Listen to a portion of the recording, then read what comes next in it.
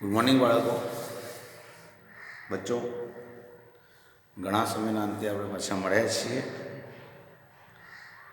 Last time chapter number 10 આપણે ચલાવ્યું છે, હેલો આલ્કેન અને હેલો એન. એના પછી હવે મળવાનું થયું છે. બાળકો, આપણે હવે કેમેસ્ટ્રીના પાર્ટ 1 તરફ જઈએ છીએ. પાછા જે બાકી ચેપ્ટરો છે એમાં ચેપ્ટર નંબર 8 ડી અને એફ વિભાગના તત્વો. તમે પી બ્લોક એલિમેન્ટ ભણી ગયા હશો. હવે આપણે ભણીએ ડી અને એફ બ્લોક એલિમેન્ટ. બાળકો,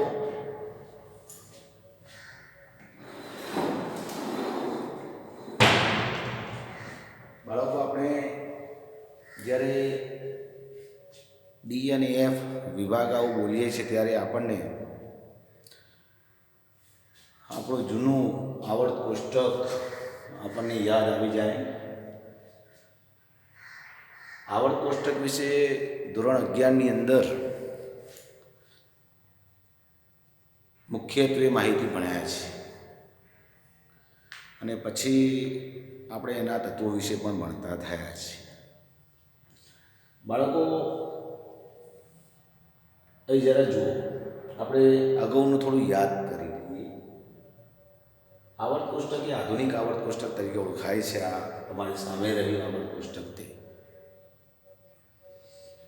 બાળકો, આવર્ત કોષ્ટકમાં આપણને ખબર છે કે ઊભી હરોળ જે છે, જેને ઊભા સ્તંભો, જેને સમૂહ તરીકે કહીશું, ગ્રુપ, અને આડી હરોળ છે એને પીરિયડ કહીશું અથવા આવર્ત. બાળકો, આવર્ત કોષ્ટકની અંદર, આધુનિક આવર્ત કોષ્ટકની અંદર ટોટલ 18 સમૂહ છે. તમને ખ્યાલ છે? 1, 2, 3, 4, 5 આમ કરીને છે 18મા સમૂહ સુધીના તત્વો છે. આડી હરોળ, જેને પીરિયડ આવર્ત કહીશું, એ 7 છે. 7 આવર્ત અને 18 સમૂહ છે. સાથે આવર્ત કોષ્ટકને સમૂહ અને આવર્તની રીતે તો વહેંચ્યું છે, પણ સાથે કક્ષકની રીતે પણ વહેંચ્યું છે. તમને ખ્યાલ છે? સમૂહ 1 અને 2ના તત્વોને આપણે એસ વિભાગના તત્વો કહીએ છીએ, કારણ કે એમાં છેલ્લો ઇલેક્ટ્રોન એસ કક્ષકમાં ભરાય છે માટે. તે જ રીતે સમૂહ 13 થી 18 એ બધાની વાત જ કરતો. સમૂહ 1ના તત્વની બાહ્યતમ કક્ષાની ઇલેક્ટ્રોન રચના શું છે બાળકો? તો NS1. સમૂહ 2ના તત્વોની બાહ્યતમ કક્ષાની, સંપૂર્ણ નથી બોલતો બાળકો, સમજી લો. આગળ નિષ્ક્રિય તત્વની ઇલેક્ટ્રોન રચના લખવાની થતી હોય છે, પણ માત્ર હું બાહ્યતમ કક્ષાનું બોલું છું. સમૂહ 2ના તત્વોની બાહ્યતમ કક્ષાની ઇલેક્ટ્રોન રચના NS2. જો N શું છે? NS1 બોલું છું. બાજુનો દેખાતું હશે કદાચ તમને, હું જરા જોઈ લઉં. દેખાય છે કે નહીં જરા જોઈ લઉં. નથી દેખાતું. ક્યાં લખ્યું તમે જોઈ શકતા નથી. Right, okay. જ્યાં જગ્યા દેખાય છે NS1, NS2. રાઈટ, હવે દેખાય છે? બોર્ડમાં જગ્યા નથી, બીજું બધું લખેલું છે. ઓકે, ચાલો. આની ઇલેક્ટ્રોન NS1 છે, આની NS2 છે. NS1માં 1 એ પ્રથમ સમૂહ બતાવે છે અને NS2માં 2 એ બીજો સમૂહ બતાવે છે. જ્યારે આગળ લખેલો N એ મુખ્ય ક્વોન્ટમાંક કહી શકાય, અથવા તો આવર્ત કોષ્ટકમાં આવર્ત ક્રમાંક કહેવાય છે. આવર્ત કોષ્ટકમાં આવર્ત ક્રમાંક કહીશું. પહેલા આવર્તનું જોવું હોય તો એનનું મૂલ્ય 1 લખવાનું. બીજા આવર્તનું જોવું હોય તો એનનું મૂલ્ય 2 લખવાનું. દાખલા લિથિયમ માટે જોવું હોય તો સમૂહ 1નું છે NS1 પણ લિથિયમ માટે એનનું મૂલ્ય 2 મૂકવું એટલે 2s1. લિથિયમની બાહ્યતમ કક્ષાની ઇલેક્ટ્રોનના 2s1, સોડિયમની 3s1, પોટેશિયમની 4s1, 5s1, 6s1, 7s1, ફ્રાન્સિયમ સુધી. ક્લિયર? એ રીતે બેરેલિયમની બાહ્યતમ કક્ષાની ઇલેક્ટ્રોનના શું થાય? સમૂહ 2 ની કોમન કઈ? NS2. પણ બેરિલિયમની કઈ? તો આવર્ત ક્રમાંક કયો? બીજો, તો 2s2. મેગ્નેશિયમની 3s2, 4s2, 5s2, 6s2, 7s2. Okay બાળકો, આ રીતે આપણે ભણી ચૂકેલા છીએ. આપણા માટે આ જૂની બાબત છે. આ રિમાઇન્ડ કરાવ્યું સામાન્ય. 13 થી 18મો સમૂહ. 13મા સમૂહની ઇલેક્ટ્રોનના NS2 બાહ્યતમ કક્ષાની NS2 Np1 છેલ્લો ઇલેક્ટ્રોન p કક્ષકમાં ભરાય છે. આ p બ્લોક એલિમેન્ટ કહેવાય છે. છેલ્લો ઇલેક્ટ્રોન સમૂહ ભરાય છે p માં. 13 થી 18માં સમૂહના તત્વોમાં છેલ્લો ઇલેક્ટ્રોન p કક્ષકમાં ભરાય છે, માટે એને p વિભાગના તત્વો કહે છે. ઓકે, જરા જુઓ. 13મા સમૂહની બાહ્યતમ કક્ષાની ઇલેક્ટ્રોનના NS2Np1, 14મા NS2Np2. 13મામાં બાહ્યતમ કક્ષામાં કેટલા ઇલેક્ટ્રોન આવે છે? 3 દેખાય છે. સાહેબ, 13મામાં 13 ના હોવા જોઈએ? તો ના. એનું કારણ છે વચ્ચેના 10 ઇલેક્ટ્રોન એ ડી વિભાગના તત્વોમાં જતા રહ્યા. આ સીધો 13મો સમૂહ આવે. વચ્ચેના 10 ઇલેક્ટ્રોન 3 થી 12મા સમૂહમાં, એટલે કે ડી વિભાગના તત્વો છે, ડી બ્લોક એલિમેન્ટ છે, એમાં જતા રહે છે. તો 13મા સમૂહની બાહ્યતમ કક્ષામાં કેટલા ઇલેક્ટ્રોન હોય? Total 3, only 3. 14મામાં 4, 15મામાં 5, 16મામાં 6, 17મામાં 7 ને 18મામાં 8 બાહ્યતમ કક્ષાના ઇલેક્ટ્રોન. 18મા સમૂહમાં અપવાદ છે હિલિયમ, જેમાં બાહ્યતમ કક્ષામાં કેટલા ઇલેક્ટ્રોન? 2, 1s2 electron. 13મા સમૂહમાં NS2Np1, 14મામાં NS2Np2, NS2Np3, NS2Np4, NS2Np5, 17મામાં, અને 18મામાં NS2Np6. NS2Np6 મતલબ એસમાં 2 અને પીમાં 6, એમ 18મામાં 8 ઇલેક્ટ્રોન હોય. તો આ થઈ પી વિભાગના તત્વોની વાત, જે તમે સારી રીતે ભણી ચૂક્યા છો. હવે ભણીએ આપણે. આપણું ફોકસ છે ડી વિભાગ અને એફ વિભાગ. આપણું ટાઇટલ આવ્યા છે આ ચેપ્ટરનું કે ડી અને એફ વિભાગના તત્વો. તો વચ્ચેનો પોર્શન તમે જોઈ રહ્યા છો, સમૂહ નંબર 3 થી 12, અહીંથી નીચેનો આટલે સુધી, એ ડી વિભાગના તત્વો છે. કયા છે? ડી વિભાગના તત્વો, ડી બ્લોક એલિમેન્ટ. આમાં છેલ્લો ઇલેક્ટ્રોન ડી કક્ષકમાં ભરાય છે, માટે એને ડી વિભાગના તત્વો કહે છે. તો જે તત્વનો છેલ્લો ઇલેક્ટ્રોન ડી કક્ષકમાં ભરાય તેને ડી વિભાગના તત્વો કહીશું. જે તત્વનો છેલ્લો ઇલેક્ટ્રોન એફ કક્ષકમાં ભરાય તેને એફ વિભાગના તત્વો કહીશું. આ ડી બ્લોક એલિમેન્ટ છે. તો ડી બ્લોક એલિમેન્ટ કયા સમૂહથી કયા સુધી છે? તો 3 થી 12મા સમૂહ સુધી. 3 થી 12મા સમૂહ સુધી યાદ રાખજો. સામાન્ય પ્રશ્નો છે. કયા આવર્તથી ચાલુ થાય ડી બ્લોક એલિમેન્ટ? તો આવર્ત નંબર ક્યાંથી ચાલુ થાય બાળકો? 4. આવર્ત નંબર 4 થી ડી વિભાગ શરૂ થાય છે. મતલબ ડી વિભાગની પ્રથમ શ્રેણી, પહેલી શ્રેણી, પહેલી લાઈન કેટલાથી કેટલા? સ્કેન્ડિયમથી ઝિંક. સ્કેન્ડિયમથી ઝિંક ડી વિભાગની પ્રથમ શ્રેણી કયા આવર્તથી શરૂ થઈ? 4થા. એ જ રીતે બીજી શ્રેણી કહેવાશે અને યટ્રિયમ. વાય લખેલો છે તમારા પુસ્તકમાં. તમે એક કામ કરો બાળકો, પુસ્તકમાં પેજ નંબર 217 ઉપર જોવાનું રાખો. ત્યાં કોઠા આપેલા છે. તત્વોના નામ, પરમાણુ ક્રમાંક અને બાહ્યતમ કક્ષાની ઇલેક્ટ્રોન રચના આપેલી છે. અને નામ, સંજ્ઞા ઉપરથી નામ વાંચતા ના આવડે તો પાછળ પરિશિષ્ટમાં આખા નામ આપેલા હશે તત્વોના, એ જોઈ લેજો. છેલ્લા 2 પેજ ઉપર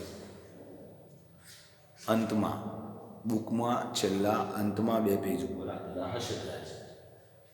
જરા એ પણ કહી દઉં એટલે તમને ક્લિયર થઈ જાય.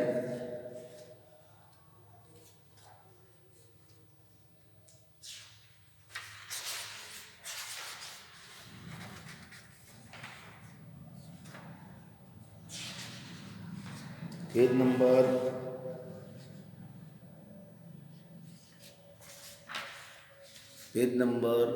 268 ઉપર નામ આપેલા છે. જે વિદ્યાર્થીઓને સંજ્ઞાઓ પરથી નામ વાંચતા ના આવડે તે વાંચી લેજો અને શીખવાનો પ્રયત્ન કરજો. આવર્ત નંબર 5માં બીજી શ્રેણી ચાલુ થાય યટ્રિયમથી કેડમિયમ સુધી, મતલબ ત્રીજા સમૂહથી 12મા સમૂહ સુધી. આવર્ત નંબર 6માં ત્રીજી શ્રેણી ચાલુ થાય લેન્થેનમ લખ્યું છે એટલે લેન્થેનમ. 57 નંબરનું તત્વ છે બાળકો. અહીંયા જુઓ 21 થી 30 હતું પહેલી શ્રેણીમાં, બીજી શ્રેણીમાં 39 થી 48 સળંગ નંબર છે. ત્રીજી શ્રેણીમાં 57 નંબર લેન્થેનમનો છે બાળકો. 57 નંબર લેન્થેનમ તત્વનો છે. પછી ગેપ પડે છે, તમે જોઈ શકો છો ડાયરેક્ટ 72 નંબર આવ્યો. આ 57 નંબર છે, તમે જો દેખાતો હોય 57 નંબર દેખાતો હોય તો એ જોઈ લો. આ 72 નંબર છે હોફનિયમ છે.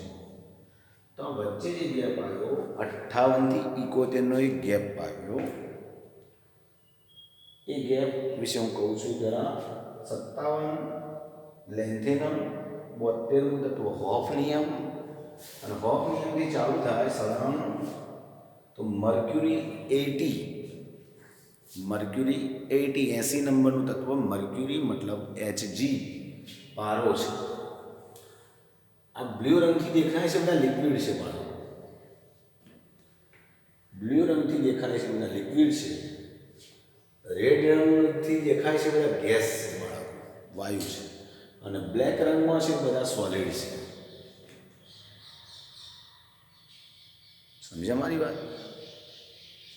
બ્લુ રંગથી દેખાય છે એ બધા લિક્વિડ છે. બ્રોમિન લિક્વિડ છે બાળકો, મર્ક્યુરી લિક્વિડ છે, ગેલિયમ લિક્વિડ જેવું આવે, અથવા ગલનબિંદુ નીચું કહી શકાય. ફ્રાન્સિયમ સીઝિયમ પણ લિક્વિડ આવે, મતલબ ગલનબિંદુ ખૂબ નીચા છે. સામાન્ય તાપમાને તે પ્રવાહી સ્થિતિમાં રહેવાની પ્રયત્ન થાય છે. તો બ્લુ રંગના છે લિક્વિડ છે બાળકો. બ્લેક રંગ દેખાય છે બધા સોલિડ છે. અને રેડ રંગ જોઈ રહ્યા છો બધા ગેસ છે, ગેસિયસ સ્ટેટ છે, વાયુમાં તત્વો છે. બાળકો હું એમ કહું છું સંક્રાંતિ તત્વોની ત્રીજી શ્રેણી છે. એમાં મર્ક્યુરી 80 કેટલાથી કેટલા બોલાય? લેન્થેનમ 57 થી ના બોલાય. લેન્થેનમ 57 અલ્પ વિરામ હોફનિયમ 72 થી મર્ક્યુરી 80 આ ત્રીજી. હવે વચ્ચેની ગેપ 58 થી 71 ક્યાં આવે? તો બાળકો તમને દેખાતો નીચે પણ તત્વો છે, તમે જોઈ રહ્યા હોય તો યસ દેખાય છે એક શ્રેણી. તો 58 અહીં જો મારી ઓગળી છે 58 થી 71, 58 થી 71 અને તત્વો છે 58 થી 71 સુધીના. 58 નંબરનું CE સંજ્ઞા છે. CE મતલબ સીરિયમથી લ્યુટેશિયમ 71.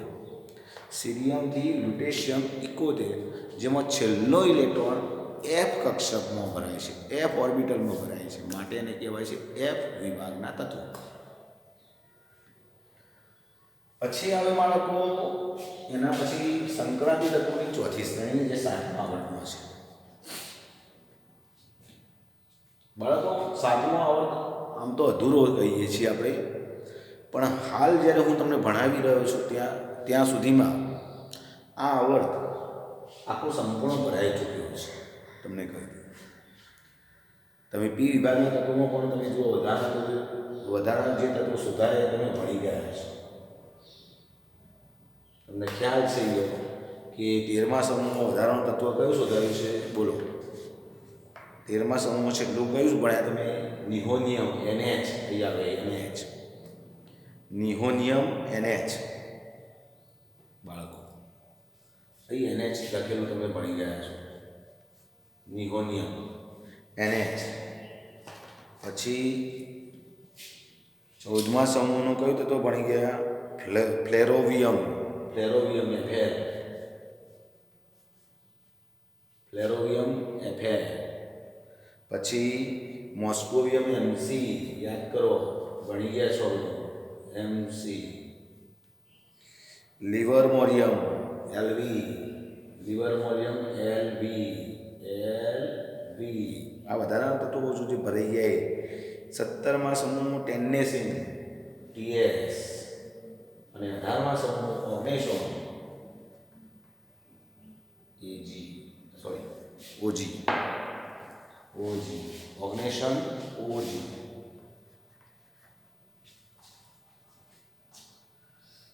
મેં કદાચ હું તો લખ્યા મેં તો ચોકથી લખ્યા બાળકો એટલે તમને ના દેખાય તો હું કહું ખાલી 13મા સમૂહનું વધારાનું શોધાયું છે નિહોનિયમ, ફ્લેરોવિયમ, મોસ્કોવિયમ, લિવરમોરિયમ, ટેન્નેસિન TS અને ઓર્ગેનિઝમ. આ બધા ભણી ગયા તત્વોના નામ પણ આવી ગયેલા છે બાળકો. તમે પી બ્લોક એલિમેન્ટ જે ભણ્યા છો એમાં જોજો 13મો, 14મો, 15મો, 16મો, 17મો સમૂહ અને 18મા સમૂહના નામ પણ આપેલા છે. લેટેસ્ટ આધુનિક આવર્ત કોષ્ટક તમે સર્ચ મારજો તો તમને લેટેસ્ટ શોધાયેલા બધા તત્વો મળી જશે. સંપૂર્ણ આવર્તનો ભરાઈ ગયો છે. તો પ્રશ્ન તમને એમ થાય પરીક્ષામાં સાહેબ આવે તો અમારે શું લખવાનું, 7મો આવર્ત અધૂરો લખવાનો કે શું? તો આપણી બુકમાં આ ચેપ્ટરમાં જેવું લખ્યું હોય તે લખવાનું છે. આ બુકમાં આપણે એવું લખેલું છે આ ચેપ્ટરમાં કે 7મો આવર્ત અધૂરો છે. તો 7મા આવર્તની ચર્ચા લાંબી નથી કરેલી પણ તેમ છતાં એમને કોષ્ટકમાં આપી દીધું છે. તમને કહું 7મા આવર્તના બધા તત્વો આપી પણ દીધા છે. એટલે એક જોવા જઈએ તો લખવું જ હિતાવહ છે કે સંપૂર્ણ શોધાઈ ગયો છે. આપણને આવડવું જોઈએ ટૂંકમાં કહેવાનું આવર્ત સ્પષ્ટતાઓ સ્પષ્ટ નથી કરી ગયો છતાં આવડવું તો જોઈએ. 7મો આવર્ત ક્યાંથી ચાલુ થાય જરા જુઓ. એક્ટિનિયમ 89 નંબરનું તત્વ એક્ટિનિયમ છે. 89 નંબરનું તત્વ એક્ટિનિયમ છે. એના પછી ગેપ મારે છે. તમે જુઓ 89 અને પછી 104 છે સીધું રુથરફોડિયમ છે.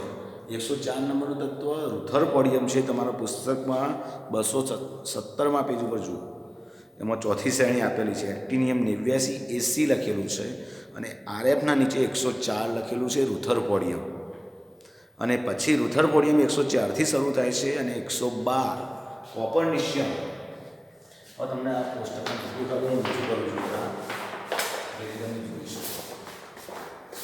અહીંયા પણ એક સંભાવના ઓછી છે. જરા જુઓ જો દેખાડું 89 નંબરનું પણ ન આવ્યું. એના પછી 90થી 103ની જે ગેપ આવી એ બતાવી રહ્યો છું. 90 નંબરનું થોરિયમ છે. 90 નંબરનું થોરિયમ છે અને ત્યાંથી ચાલુ કરીને 103 નંબર લોરેન્શિયમ LR સંજ્ઞા આવે. લોરેન્શિયમની અહીં ભૂલથી LW લખેલું છે LR લોરેન્શિયમ. આ તત્વોના નામ અને સંજ્ઞાઓ પણ આ જ ચેપ્ટરમાં અંતમાં આપેલા છે. તમે જોઈ શકશો થોરિયમ 90થી 103 લોરેન્શિયમ આ જ ચેપ્ટરના અંતમાં તમે જોઈ શકો છો. તો આમાં પણ છેલ્લો ઇલેક્ટ્રોન F કક્ષકમાં ભરાય છે માટે એને F વિભાગના તત્વો કહે છે. તો F વિભાગના તત્વોની બે સિરીઝો થઈ ગઈ. એક અને બે સિરીઝો સીરિયમથી લોટેશિયમ જે લેન્થેનમ પછી ચાલુ થાય માટે એને લેન્થેનોઇડ્સ કહેવાય છે. અને 90થી 103 જે એક્ટિનિયમ પછી ચાલુ થાય માટે એને એક્ટિનોઇડ્સ શ્રેણી કહેવાય છે. તો F વિભાગમાં કેટલી શ્રેણીઓ છે બાળકો? બે, લેન્થેનોઇડ અને એક્ટિનોઇડ. આ F વિભાગના તત્વો આંતર સંક્રાંતિ તત્વો તરીકે ઓળખવામાં આવે છે, જ્યારે D વિભાગના તત્વોને સંક્રાંતિ તત્વો તરીકે ઓળખવામાં આવે છે. તો D વિભાગમાં બાળકો કેટલી ટોટલ શ્રેણીઓ છે? 4. D વિભાગની કેટલી શ્રેણીઓ થઈ? 4. પ્રથમ શ્રેણી કયા આવર્તથી શરૂ થાય? ચોથા. ક્યાંથી ક્યાં? તો સ્કેન્ડિયમથી ઝિંક. આ બધાને આવડવું જ જોઈએ પરમાણુ ક્રમાંક સહિત. પેટ્રિયમથી કેડમિયમ એ બીજી શ્રેણી છે 39થી 48. ત્રીજી શ્રેણી છઠ્ઠા આવર્તમાં ચાલુ થાય અને ક્યાંથી ક્યાં? લેન્થેનમ 57, અલ્પવિરામ હોફનિયમ 72થી મર્ક્યુરી 80. ચોથી શ્રેણી સાતમા આવર્તમાં એક્ટિનિયમ 89, પછી ગેપ આવે અને 104 નંબરનું તત્વ રુથરફોડિયમથી લાસ્ટ તત્વ આવે કોપરનિશિયમ CN 112 નંબરનું તત્વ.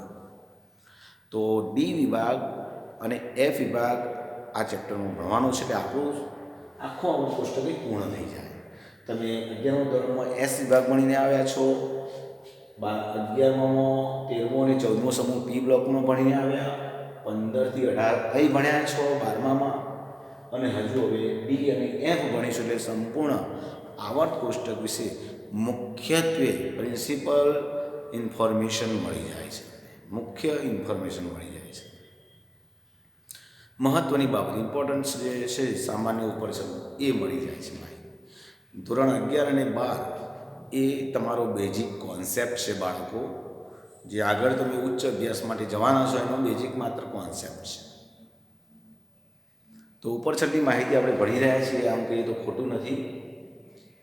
બાળકો આપણે આ ચેપ્ટરમાં ભણીશું ડી વિભાગ, જેને સંક્રાંતિ તત્વો તરીકે ઓળખવાના છે, એફ વિભાગ, જેને આંતર સંક્રાંતિ તત્વો તરીકે ઓળખવાના છે. ઓકે, તો આ સામાન્ય માહિતી આપી બાળકોને ડી વિભાગના તત્વોની ઇલેક્ટ્રોન રચના વિશે અને બીજી માહિતી વિશે આપણે જોઈએ. તમને માહિતગાર કરું છું.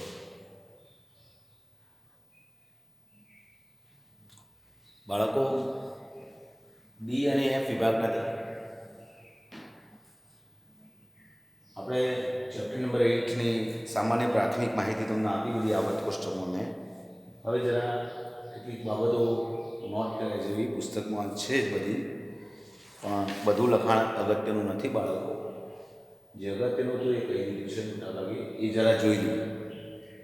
સંક્રાંતિ ધાતુ, transition elements, transitions matter, transition matter. Transition મતલબ સંક્રાંતિ. તો જે ધાતુઓના તટસ્થ પરમાણુ કે આયનોમાં ડી કક્ષક ઇલેક્ટ્રોનથી અપૂર્ણ ભરાયેલી હોય, ડી કક્ષક અપૂર્ણ ભરેલી હોય, મતલબ ઇલેક્ટ્રોનથી અપૂર્ણ ભરાયેલી, ઇલેક્ટ્રોનથી અપૂર્ણ ભરેલી હોય.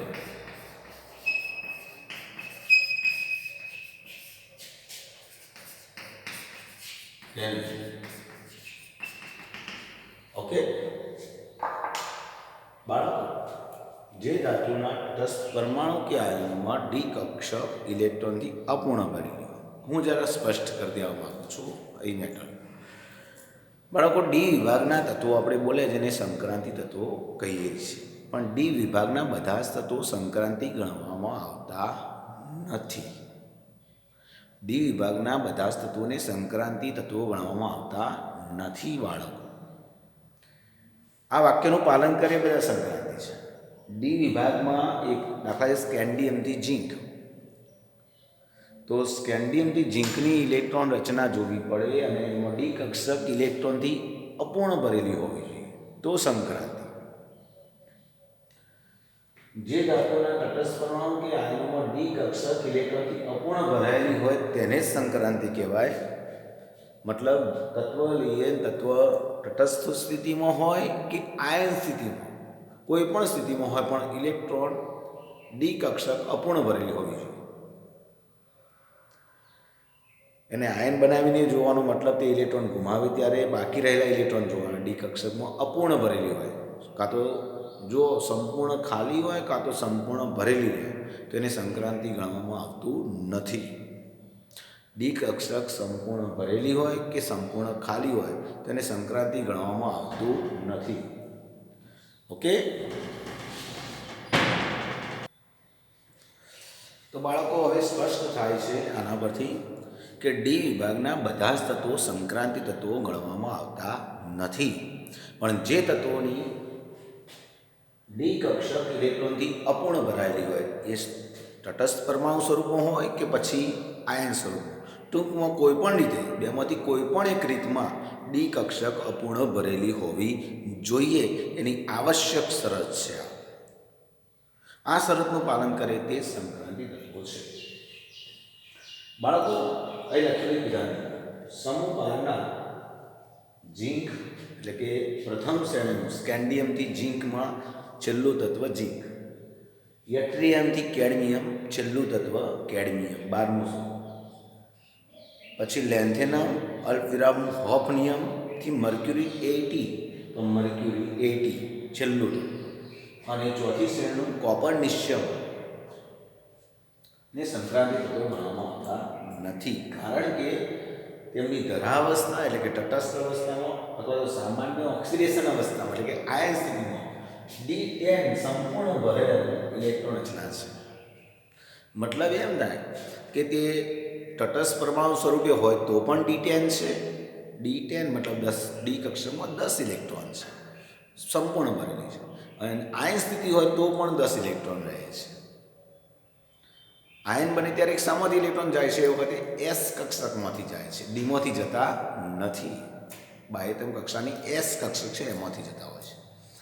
કહેવાનો ભાવાર્થ ડી વિભાગની ટોટલ 4 શ્રેણીઓ, 4 શ્રેણીઓનું દરેક શ્રેણીનું છેલ્લું તત્વ, દરેક શ્રેણીનું 12મા સમૂહનું એટલે કે છેલ્લું તત્વ સંક્રાંતિ તત્વ નથી, કારણ આ શરતનું અહીં પાલન થતું નથી.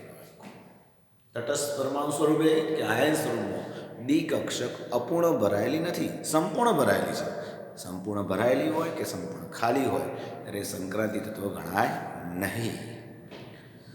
તો પ્રશ્ન એ થાય તો પછી અમને આના ભેગું સાથ માટે અભ્યાસ કરવો, પણ એમના સાથે જોડાયેલું હોવાથી આનો અભ્યાસ એના સાથે જ કરાય છે. બાળકો સંક્રાંતિ ધાતુઓ બોલીએ છીએ ત્યારે આમ તો એ સંક્રાંતિ તત્વો છે જ નહીં. ઝીંક, કેડમિયમ, મર્ક્યુરી, કોપર, નિશ્ચયમ એ સંક્રાંતિ તત્વો નથી, છતાં એનો અભ્યાસ આમની સાથે કરાય છે. બાળકો તમને જો આ દેખાતી ઇલેક્ટ્રોન રચના તો એ લખેલું છે સામાન્ય ઇલેક્ટ્રોન રચના, કોમન ઇલેક્ટ્રોન કન્ફિગ્યુરેશન. તો કેવી હોય છે તો નિષ્ક્રિય તત્વો લખતા હોઈએ છીએ આપણે, નિષ્ક્રિય વાયુ તત્વો લખતા હોઈએ છીએ. n-1 d n-1 d 1 થી 10 d માં 1 થી 10 આગળ લખ્યું n-1 એને બાહ્યતમ કક્ષાનો મુખ્ય ક્વોન્ટમાંક એટલે કે આવર્ત ક્રમાંક છે. આવર્ત કોષ્ટકની દ્રષ્ટિએ આવર્ત ક્રમાંક કહેવાય બાળકો, નહીતર ઇલેક્ટ્રોન રચનાની દ્રષ્ટિએ આપણે બોલીએ છીએ બાહ્યતમ કક્ષાનો મુખ્ય ક્વોન્ટમ. ns 1 થી 2. ઓકે, એસ કક્ષકમાં 1 ઇલેક્ટ્રોન આવે કાં તો 2 ઇલેક્ટ્રોન આવે છે.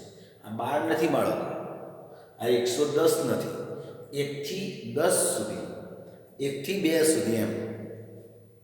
કેવી રીતે છે જરા જુઓ, દેખાય છે નીચેનું કોષ્ટક? યસ, જુઓ જરા. શ્રેણી કોની? સંક્રાંતિ શ્રેણીઓ છે બાળકો. શ્રેણી મતલબ સંક્રાંતિ શ્રેણીઓ જે તે વિભાગની છે. સંક્રાંતિ શ્રેણી પર લખવો તો લખી શકો છો સંક્રાંતિ શ્રેણી, લખી સ્પષ્ટ કરી. ચલો, સંક્રાંતિ શ્રેણી. ઓકે, સંક્રાંતિ શ્રેણી 1, 2, 3 લખી છે, જગ્યા નહોતી એટલે ચોથી લખી નથી. તમે લખી શકો છો જાતે. સંક્રાંતિ શ્રેણી પ્રથમ શ્રેણી કયા આવર્તમાં આવી? હમણાં જ મેં કહ્યું, આવર્ત કોષ્ટકમાં બતાવ્યું બાળકો. સંક્રાંતિ તત્વોની પ્રથમ શ્રેણી ચોથા આવર્તમાં આવેલી છે. ક્યાંથી ક્યાં? સ્કેન્ડિયમથી ઝીંક 21 નંબરથી 30 નંબર સુધી તત્વોનો પરમાણુ ક્રમાંક લખ્યો છે. એની સામાન્ય ઇલેક્ટ્રોન રચના લખી છે. નિષ્ક્રિય વાયુ લખો, કયો આવે? 21 નંબર પહેલો નિષ્ક્રિય વાયુ કયો આવે? તો આર્ગોન. એનનું મૂલ્ય કેટલું લખાય? કયો આવર્ત છે બોલો? ચોથો. તો એનનું મૂલ્ય 4 લખો. શું આવે જવાબ? 4 - 1 3d 1 to 10. એનનું મૂલ્ય 4 લખો. 4s 1 2. એનનું મૂલ્ય એ આવર્ત ક્રમાંક છે, એનનું મૂલ્ય 4. આ સામાન્ય ઇલેક્ટ્રોન એનનું મૂલ્ય 4. 21 થી 30 એટલે 21 પહેલો કયો નિષ્ક્રિય વાયુ આવે? તો આર્ગોન લખ્યો. એના પહેલો આવતો વાયુ લખવો પડે. જો બીજું તો આ 21 થી 30 નંબરની શ્રેણીને સંક્રાંતિ તત્વોની પ્રથમ શ્રેણી કહેવાય છે.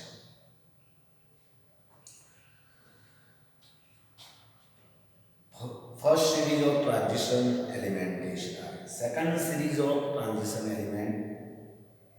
બીજી શ્રેણી ક્યાંથી ચાલુ થાય? આવર્ત નંબર 5 થી ચાલુ થાય. આવર્ત કોષ્ટક તમે 11મા ધોરણની ચોપડીની અંદર, પુસ્તકની અંદર તમે જોજો, ખોલીને બેસો તો આખો આવર્ત કોષ્ટક તમને જોવા મળશે. 11મા ધોરણમાં પિરિયોડિક ટેબલ ચેપ્ટર આવતું, ચેપ્ટર નંબર 3. ત્રીજા નંબરનું ચેપ્ટર તત્વોનું વર્ગીકરણ અને ગુણધર્મોમાં આવર્તિતા. ચેપ્ટર નંબર 3 એમાં કોષ્ટક આપેલું છે, તમે જોજો સાથે. 5મો આવર્ત યટ્રિયમથી કેડમિયમ 3948.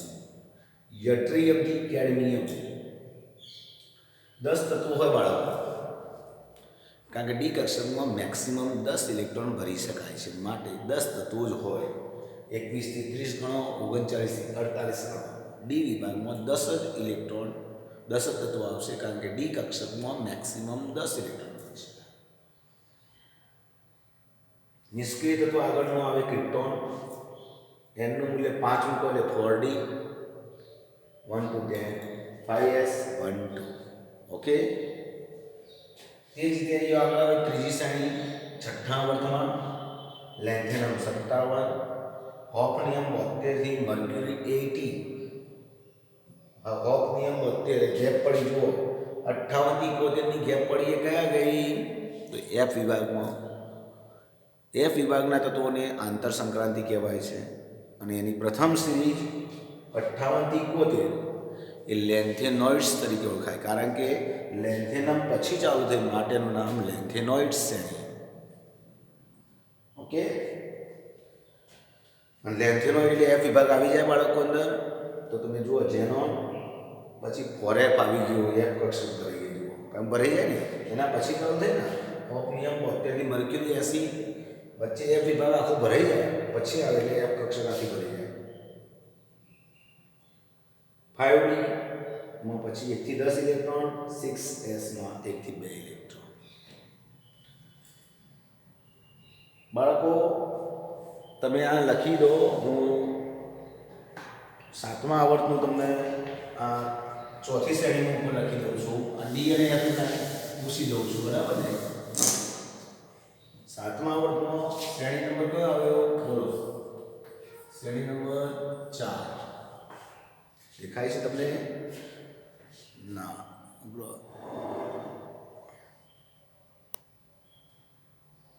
શ્રેણી નંબર 4 દેખાશે. શ્રેણી નંબર 4. ચલો આવર્ત કયો? ફટાફટ હવે તમને આવડવું જોઈએ. આવર્ત 4, 5, 6 ને 7, જે એનનું મૂલ્ય વધારે છે, રાઈટ? કેટલાથી કેટલા તત્વો? એક્ટિનિયમ 89, અલ્પિરામ, રુથરફોર્ડિયમ 104 થી 112 નંબરનું કોપરનિશિયમ. સામાન ઝેનોન પછી રેડોન, ઇલેક્ટ્રોન નામ રેડોન આવે, નિષ્ક્રિય તત્વો. ચલો આમાં 4f ભરાઈ દીધી પેલામાં, હવે કઈ ભરી જાય? આમાં 5f. કેમ f ભરાઈ જાય બોલો? કારણ કે વચ્ચે ગેપ પડી, 90 થી 103 ની જે ગેપ આવી. 90 નંબરનું તત્વ કયું? થોરિયમ. અને 103 નંબરનું તત્વ થોરિયમથી ચાલુ થાય, અને લોરેન્શિયમ. થોરિયમ 90 થી લોરેન્શિયમ 103 Lr. 90 થી 103 એફ વિભાગ એ આખો ભરાઈ જાય, પછી આ ચાલુ થાય. રુથરફોર્ડિયમમાં આવો ત્યારે એફ વિભાગ ભરાઈ ગયેલો હોય, માટે 5f40, અને રુથરફોર્ડિયમમાં ત્યારે 6s 6D માં 1 થી 10 અહીંથી ચાલુ થાય, 1 થી 10 અહીં 1 ભરાઈ ગયું, 2 થી 10 ચાલુ થાય, 7s 1. બાળકો તમે જોઈ રહ્યા છો કે આ થઈ સંક્રાંતિ તત્વોની ચોથી શ્રેણી અને એની માહિતી. એક નાનો પ્રશ્ન બીજો કરી દો બાળકો. સંક્રાંતિ તત્વોની ટોટલ 4 શ્રેણી ભણ્યા, રાઈટ? ટોટલ 4 શ્રેણી ભણ્યા. એમાં તમે જોઈ રહ્યા છો કે આ દાખલા તરીકે પ્રથમ શ્રેણી લો તો બાહ્યતમ કક્ષામાં 3D છે અને 4s છે. તો બાહ્યતમ કક્ષાનો મુખ્ય ક્વોન્ટમાંક પરીક્ષામાં પૂછાય તો શું લખાય બાળકો? ઘણા વિદ્યાર્થીઓને હજુ આ પ્રાઇમરી આમ તો બેઝિક નોલેજ કહેવાય, છતો નથી આવડતું. આમાં બાહ્યતમ કક્ષાનો મુખ્ય ક્વોન્ટમાંક કયો કહેવાય? તો જેનો મુખ્ય ક્વોન્ટમાંક નંબર વધુ હોય ને એ બાહ્યતમ કક્ષાનો મુખ્ય ક્વોન્ટમ આંક કહેવાય. મતલબ સંક્રાંતિ તત્વો માટે બાહ્યતમ કક્ષાનો મુખ્ય ક્વોન્ટમાંક 4 થાય પ્રથમ શ્રેણી માટે, બીજી શ્રેણી માટે 5 થાય, ત્રીજી શ્રેણી માટે 6 થાય અને ચોથી શ્રેણી માટે 7 થાય. સૌ પ્રથમ ઇલેક્ટ્રોન દૂર કરવાનો થાય આ બધી ધાતુ તત્વો છે બધા જ, તો ક્યાંથી દૂર થાય? તો બાહ્યતમ કક્ષામાંથી જ થાય. મતલબ પ્રથમ ક્યાંથી ઇલેક્ટ્રોન દૂર થશે? ફોરેસમાંથી. ફોરેસના 2 ઇલેક્ટ્રોન દૂર થઈ જાય પછી કોનો વારો આવે? 3Dનો. એ જ રીતે બીજી શ્રેણીમાં 5s માંથી ઇલેક્ટ્રોન સૌપ્રથમ દૂર થાય. એ દૂર થઈ ગયા બાદ કોનો વારો આવે? 4Dનો. એ દૂર થઈ ગયા બાદ એ જે સૌપ્રથમ ટૂંકમાં ns કક્ષકમાંથી 2 ઇલેક્ટ્રોન દૂર થઈ જાય પછી જ p કક્ષકનો વારો આવશે. આ બાહ્યતમ કક્ષા કહેવાય છે, આ અંદરની કહેવાશે બાળકો. ઓકે, તો આથી એની સામાન્ય માહિતી લખી નાખજો બાળકો. થોડી ચર્ચા કરી દઈએ પછી ચેપ્ટર ચાલુ. બાળકો આપણે જોયું કે ઝીંક, કેડમિયમ, મર્ક્યુરી અને કોપરનિશિયમ ને સંક્રાંતિ તત્વો ગણવામાં આવ્યા નથી. બરાબર, કારણ કે તેમની સામાન્ય ઇલેક્ટ્રોનના જુઓ તો n-1d 10 10 ઇલેક્ટ્રોન ડીમાં ભરેલા છે અને s કક્ષકમાં 2 છે. હવે આમાં થાય શું બાળકો? ઇલેક્ટ્રોન જો ગુમાવવાની વાત આવે તો આ બધા તત્વો +1 કાં તો +2 અવસ્થા ધરાવે છે. હવે +1 કે +2 અવસ્થા ધરાવતા હોય ત્યારે શું થાય? આ +2 ધરાવે, +2 ધરાવે, આ પણ +2 કે +1 ધરાવે છે. આ બંને આનું સ્પષ્ટ જો આપણી પાસે નથી માહિતી એની કોપરનિશિયમની, પણ મર્ક્યુરી +1 ને +2 બે છે. હવે પ્રશ્ન એ છે કે ઇલેક્ટ્રોન 1 કાં તો 2 ગુમાવીને ત્યાં સુધી ક્યાંથી દૂર થાય? તો સૌપ્રથમ બાહ્યતમ કક્ષા કઈ હતી? s કક્ષાની બાહ્યતમ કક્ષા છે. n મૂલ્ય સૌથી વધુ n મૂલ્ય છે, આના કરતાં ઓછું છે, n-1 ઓછું છે. n નું મૂલ્ય જેટલું વધુ તે બાહ્યતમ કક્ષા. તો બાહ્યતમ કક્ષકમાંથી સૌપ્રથમ ઇલેક્ટ્રોન દૂર થશે, મતલબ s માંથી જ જશે. ડી તો ભરેલી જ રહેવાની છે. આવા સંજોગોમાં ડી કક્ષક સંપૂર્ણ ભરેલી રહેતી હોવાથી એને સંક્રાંતિ ગણી શકાય નહીં.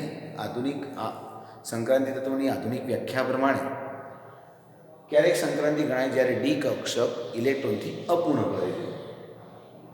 ઓકે, આ એક વાત. બીજી એક વાત, કેટલાક તત્વોની ઇલેક્ટ્રોન નામ હું લખું છું. યો તમે આપણે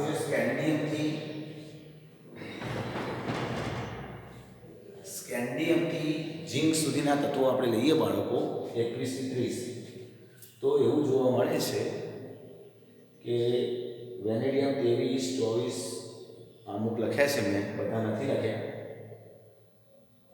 ઇલેક્ટ્રોનના કોમન સ્કેન્ડિયમથી ઝિંક માટે શું છે? તો અમારે આપણે લખીએ કે આર્ગોન 3Dમાં 1 થી 10 અને ફોરેસમાં 1 થી 2. પેલા કોઠામાં હમણાં જ લખીએ. રાઈટ, વેનેડિયમનો નંબર 23 છે, તો ઇલેક્ટ્રોનના લખીએ તો આર્ગોન આવે 18 થઈ જાય. આર્ગોન એટલે 18 નંબર પૂરો થાય. 18 પછી 2 ઇલેક્ટ્રોન સીધા એસમાં ભરાય, ફોરેસમાં ભરાય. 18 ને 2 20 પહેલાં ભરાય ફોરેસમાં, પછી ભરાય 3Dમાં. 18 ને 2 20 ને 3 23 આવું થાય. રાઈટ, તો વેનેડિયમની ઇલેક્ટ્રોનના આર્ગોન 3D3 ફોરેસ્ટ. તો ક્રોમિયમ 24 ને શું થાય બાળકો? 18 18 ને 2 20 20 ને 4 24 આવી હોવી જોઈએ, પણ આપણે ભણી ચૂક્યા છીએ. આ અપવાદ છે. શું અપવાદ છે? યાદ છે? તો આ નથી જોવા મળે, આ જોવા નથી મળતું. ને બદલે કઈ જોવા મળે છે? તો આર્ગોન 30 ફોરમાંથી એક ઇલેક્ટ્રોન ફોરેસમાંથી ઇલેક્ટ્રોન આવેલો છે 3Dમાં, તો 35. શા માટે આવી જાય? તો એના બે સરળ કારણો છે. એક તો 3D અને ફોરેસ કક્ષકો વચ્ચે ઉર્જાનો બહુ ઓછો તફાવત છે. 3D કક્ષક અને ફોરેસ કક્ષક વચ્ચે ઉર્જાનો બહુ જ ઓછો તફાવત, એટલે સરળતાથી એકબીજામાં ઇલેક્ટ્રોન ટ્રાન્સફર થઈ શકે છે. આ એક કારણ. બીજું એક કારણ ટ્રાન્સફર થવાનું બીજું એક કારણ આપણે ભણી ચૂક્યા છીએ કે ડી કક્ષક ઇલેક્ટ્રોનથી અડધી ભરાયેલી હોય કાં તો સંપૂર્ણ ભરાયેલી હોય, મતલબ D5 હોય કાં તો D10 હોય, તો એની ઇલેક્ટ્રોન રચનાનું સ્થાયિત્વ વધુ છે. જો ડી કક્ષક ઇલેક્ટ્રોનથી અપૂર્ણ ભરાયેલી હોય, અર્ધપૂર્ણ મતલબ અડધી. ડી કક્ષક સંપૂર્ણ ભરાય તો 10 ઇલેક્ટ્રોન, અડધી ભરાય તો 5 ઇલેક્ટ્રોન, કાં તો અડધી ભરાયેલી હોય કાં તો સંપૂર્ણ ભરાયેલી હોય, તો એનું સ્થાયિત્વ વધુ છે. તો તમે જોઈ રહ્યા છો D4 છે, એના બદલે જો D5 થઈ જાય તો અડધી ભરાયેલી કહેવાય, તેનું સ્થાયિત્વ વધી જાય છે. તેવી ઇલેક્ટ્રોન રચનાનું સ્થાયિત્વ વિશેષ છે.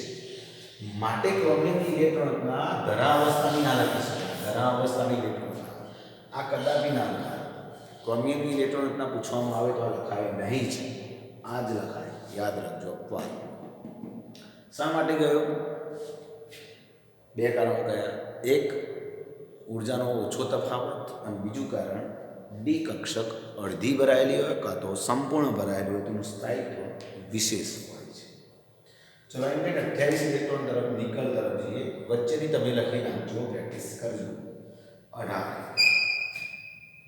ફોરેસ્ટ વધે 3D તમે કહો સાહેબ 2 ઇલેક્ટ્રોન જતા રહે 10 ના થઈ જાય, થાય, પણ 2 ઇલેક્ટ્રોન જવા માટે ઉર્જા વધી જાય છે, તફાવત વધી જાય છે ઉર્જાનો. બીજા પરિબળો પણ ધ્યાનમાં લેવા પડે છે. એટલે અહીંયા અપવાદ માત્ર 2 જોવા મળશે. 1 ઇલેક્ટ્રોનનો ટ્રાન્સફર કરીને અપવાદ લઈશું. તો અહીંયા 2 ઇલેક્ટ્રોન આમ નહીં જાય, ઓકે, 10 નહીં લખી શકીએ, તો આને 3D 29 માટે શું થાય? 9 વરે 18 ને 2 20 ને 9 29 આવી હોવી જોઈએ, પણ આ જોવા મળતી નથી. ને બદલે શું થશે? જુઓ, ફોરેસ્ટનો ઇલેક્ટ્રોન અહીં આવી જાય તો D10 થઈ જાય, અને એક જ ઇલેક્ટ્રોનની મૂવમેન્ટ છે, ટ્રાન્સફર થઈ જશે, તો 3D10 ફોરેસ્ટ. આગળ ખરું છે. આ ઇલેક્ટ્રોનનું સ્થાયિત્વ વિશેષ છે. તો સ્કેન્ડિયમથી ઝિંકમાં 2 અપવાદ જોવા મળે છે, યાદ રાખીશું. સ્કેન્ડિયમથી ઝિંક સંક્રાંતિ તત્વોની પ્રથમ શ્રેણીમાં 2 અપવાદ છે, ક્રોમિયમ અને કોપરની ઇલેક્ટ્રોન રચના. યાદ રાખજો, ભૂલ ના થાય.